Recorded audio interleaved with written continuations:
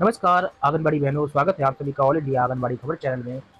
उत्तर प्रदेश सहित देश के तमाम राज्यों से अलग-अलग बड़ी खबरें आ रही हैं। सबसे पहले तो आपको बता दें, यूपी की आंगनबाड़ी भर्ती मामले में जो है अलग-अलग जगहों से खबरें आ रही हैं। फिलहाल बलिया में बाल विकास योजना के तहत 2 आंगनबाड़ी कर्मियों की नियुक्ति को अनियमितता के चलते रद्द कर दिया गया है।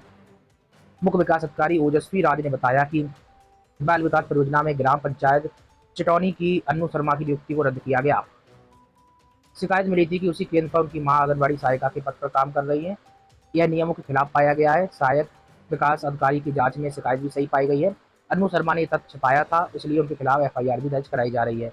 इसी तरीके से फर्जी प्रमाण पत्र के सहारे दूसरा मामला भी आया। यहाँ पर भी इनकी नियुक्ति रद्द कर दी गई। अब इस खबर से आप लोग समझ सकते हैं कि उत्तर प्रदेश में अब फर्जी प्रमाण पत्र के सहारे नौकरी हासिल करना बड़ी चुनौती है और कोई भी फर्जी प्रमाण पत्र के सहारे नौकरी हासिल नहीं कर सकता। वही सेटिंग गेटिंग करके भी अब नौकरी हासिल नहीं की जा सकती। वरना की स्थिति में जब मामले उजागर होते हैं तो 2 कार्रवाई जिसमें एफआईआर तक भी हो जाती है। इस मामले पर मुख्य विकास अधिकारी ने कहा है कि नियुक्ति प्रक्रिया में पारदर्शिता बनाए रखने के लिए किसी भी तरह की अनियमितता बर्दाश्त नहीं की जाएगी। दोषियों के खिलाफ कड़ी कानूनी कार्रवाई भी की जा रही है। फिलहाल बड़ी खबर यहाँ बलिया उत्तर प्रदेश से निकल लगातार जो है छुट्टियों की सूचना हम आपको दे रहे हैं। हाथरस के जिलाधिकारी ने आंगनबाड़ी केंद्रों का अवकाश 15 जून तक घोषित कर दिया है। लाभार्थियों को इस दौरान राशन का वितरण किया जाएगा। जिला कार्यक्रम अधिकारी धीरेन्द्र कुमार उपाध्याय ने जानकारी देते हुए बताया कि हाथरस में अवकाश की अवधि में समस्त आंगनबाड़ी केंद्र पूर्व की भांति खुले रहेंगे और बच्चों का फिलहाल छुट्टी कर दी गई है। बाकी जो नियम कायदे हैं, राशन वितरण करना और भी जो है काम होगा वो यथावत चलता रहेगा। अब इस खबर को देखिए, आउटसोर्स कर्मचारियों को यूपी सरकार 18,000 रुपये न्यूनतम देने की तैयारी कर रही है।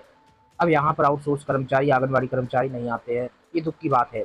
उत्तर प्रदेश में जो है विभिन्न विभागों में रखे जाने वाले आउटसोर्स कर्मचारियों के लिए बन रहे आउटसोर्स कर्मचारी निगम के गठन की औपचारिकता लगभग पूरी हो गई। जल्दी इसका कैबिनेट से अनुमोदन किया जाएगा।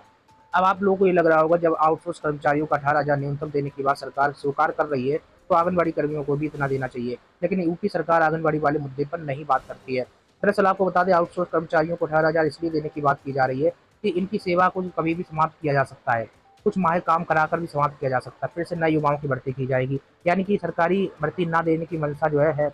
इसी वजह से जो है सरकार आउटसोर्स कर्मचारियों को वेतन थोड़ा ज़्यादा दे रही है। निश्चित तौर पर ये दुखद बात है कि सरकार ने सरकारी भर्तियाँ करने की जगह प्राइवेटीकरण पर तुली हुई है। आउटसोर्स कर्मचारियों को न्यूनतम 18,000 रुपये मानदेय दिए जाने का प्रस्ताव रखा गया है।